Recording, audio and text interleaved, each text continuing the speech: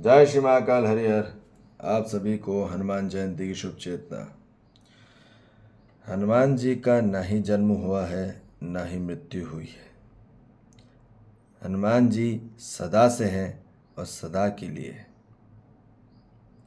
हनुमान जी नित्य में हैं, निराकार में हैं, ओमकार में हैं, तदाकार में हैं, शिवकार में हैं। वो निश्चित है, निरंतरता में है, वो सही में एक है, वो हम में।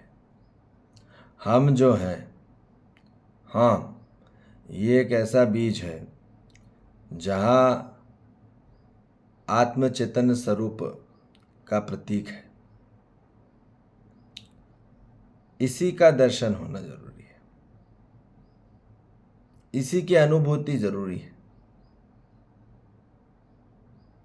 इसी का अनुसंधान होना जरूरी है, इसी का अध्ययन होना जरूरी है, इसी का अभ्यास होना जरूरी है। जब जीवन में हाँ, जो हमारे मध्यस्थ में उपलब्ध है, हर मानव जाति, जीव जंतु, वनस्पति में उपलब्ध है, वहाँ से कनेक्ट रहना। जब वहाँ से हम कनेक्ट रहते हैं तो हमें हनुमान जी की शक्ति प्राप्त रहती है। तो हनुमान जी जो होते हैं वो सत्य की अनुभूति में होते हैं। जो परम सत्य है उसमें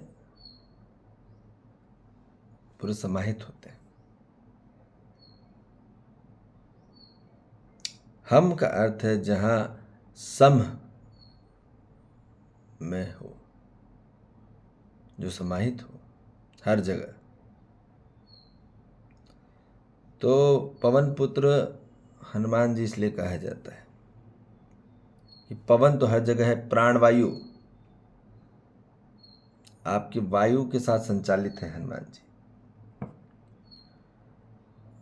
वो निरंतरता में है, वो निश्चितता में है।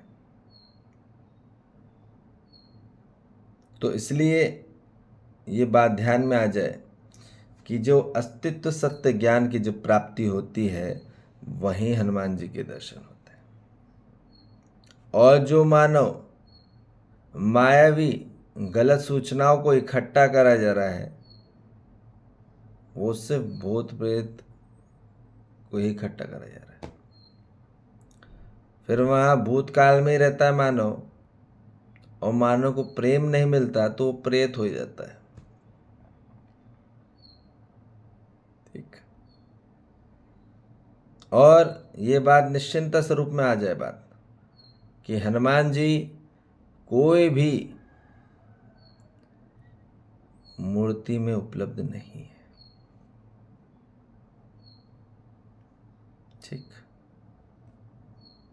ऐसा नहीं कि सिर्फ वो मूर्ति में ही उपलब्ध है,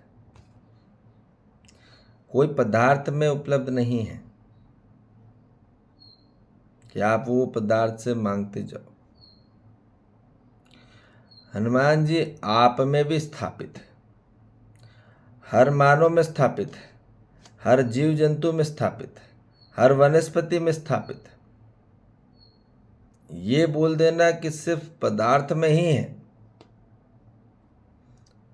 वस्तु में ही है जो दिख रहा है, रूप में ही है, ऐसा बिल्कुल नहीं।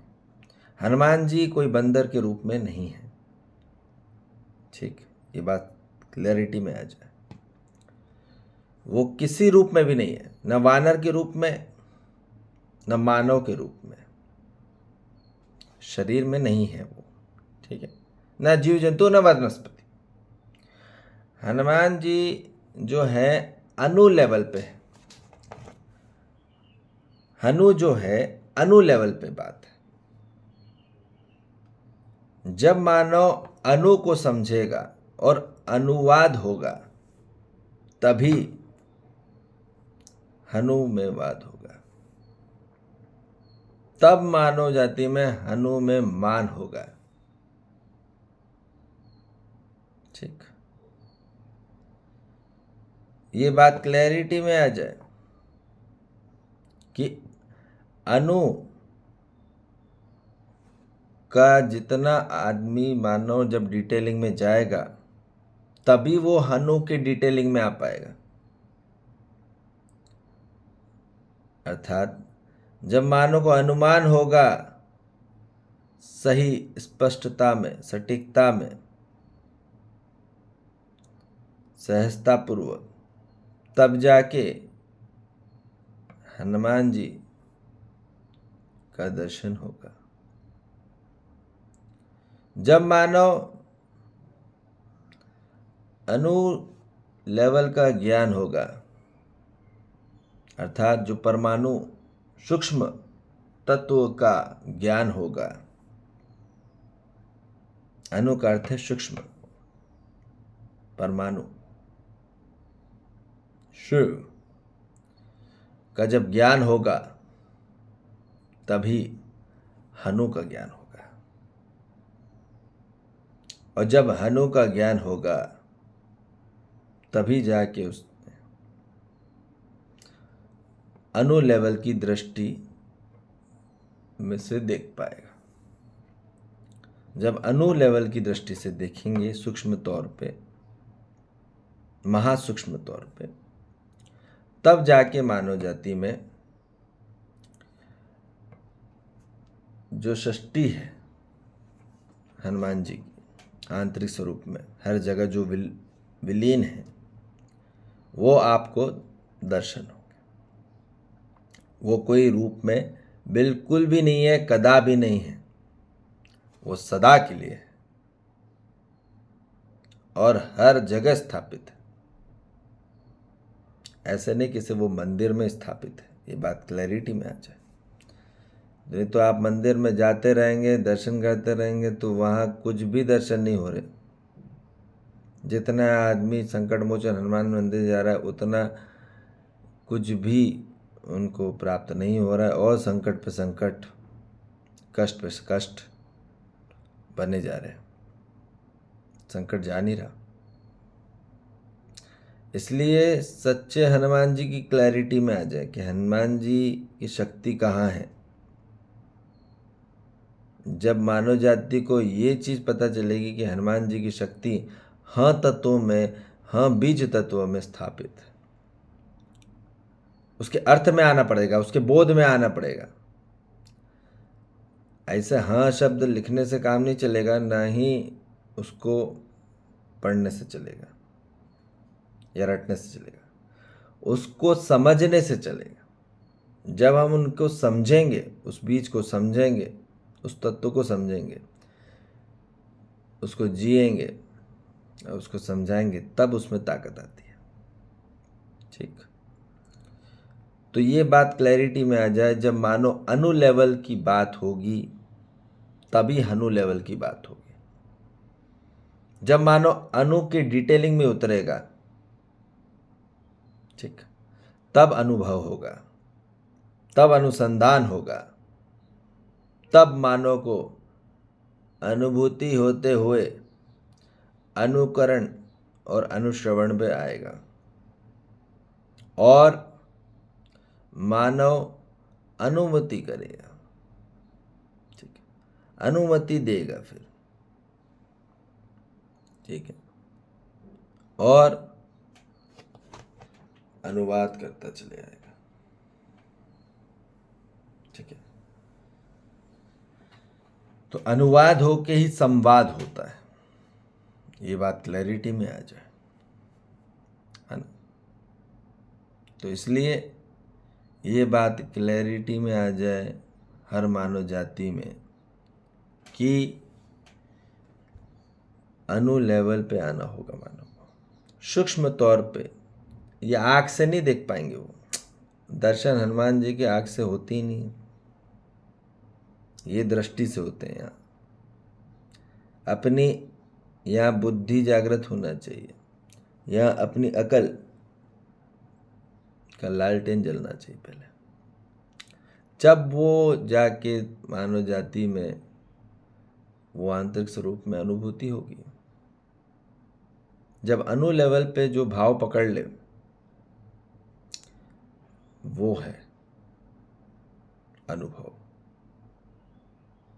ठीक, और यही होना है हर मानव जाति को। ठीक है, तो इसलिए ये बात ध्यान रखें कि हनुमान जी की शक्ति सिर्फ सत्य में है, गलत में नहीं। अस्तित्व सत्य में है, अस्तित्व अस्तित्व परम सत्य में उपलब्ध है हनुमान जी की शक्ति, जो निरंतरता में, निश्चिंतता में, जो सही में है, एक होता है, उसमें है हनुमान जी की शक्ति। ठीक, गलत में नहीं होती, सत्य में ही शांति है, सत्य में ही शक्ति है हनुमान जी की, सत्य में ही तृप्ति होती है, सत्य में ही भक्ति होती है, सत्य में ही मुक्ति होगी आपकी आंतरिक समस्याओं की। ये बात निश्चित है, गलत में नहीं होने वाली। कोई भी मनगढ़ंत बात या उटपटांग बात, ठीक है, ये उटपटांग विचार, मनगढ़ंत विचार, वहां बात नहीं चलेगी। जो सही में एक होता चले जाए आंतरिक स्वरूप में, तो आप सटीकता में हैं, स्पष्टता में। याद रखिए, कोई भी गलत कार्यक्रम में शक्ति नहीं मिलती। अब आप कुछ भी करते रहो, कितना भी पैसा कमा लो, कितना भी नाम कमा लो, कितना भी दाम कमा लो, वो सिर्फ 2 कौड़ी का है। ठीक, इसलिए सत्य को प्राप्त करिए, नहीं तो आज पूरी भागदौड़ मची पड़ी है कर्म के प्रति, काम ही काम भागे जा रहा है इधर उधर। वहाँ कोई तृप्ति नहीं मिल रही, कोई भक्ति नहीं मिल रही, कोई शक्ति नहीं मिल रही, कोई मुक्ति नहीं मिल रही। तो इसलिए अब हनुमान जी के असली तत्व को प्राप्त करें। ठीक है, सिर्फ ऐसा नहीं कि हनुमान चालीसा रटना है, वहाँ हनुमान चालीसा रटने से कुछ भी नहीं हो रहा, बल्कि और सबसे ज़्यादा लड़ाइयाँ हो रही है, क्लेश हो रहा है। तो रटना नहीं है हनुमान चालीसे को, हनुमान चालीसा का अनुवाद पढ़िए, उसको समझिए। ठीक है, नहीं समझ में आया तो पूरा सूक्ष्म तौर पर यहाँ पे समझाया जाएगा क्या अर्थ है उसका। ठीक, समझने के बाद आप में ताकत आएगी, रटने से ताकत नहीं आती। ठीक है ना, नाम जपने से ताकत नहीं आती, उसके अर्थ को जानने से ताकत आती है। उसको अर्थ के बाद जो हम उसमें बोध होते हैं, उसमें ताकत आती है, उसमें जो स्वीकृति होती है, उसमें ताकत आती है। ठीक है जी, जय श्री महाकाल, हरि हर।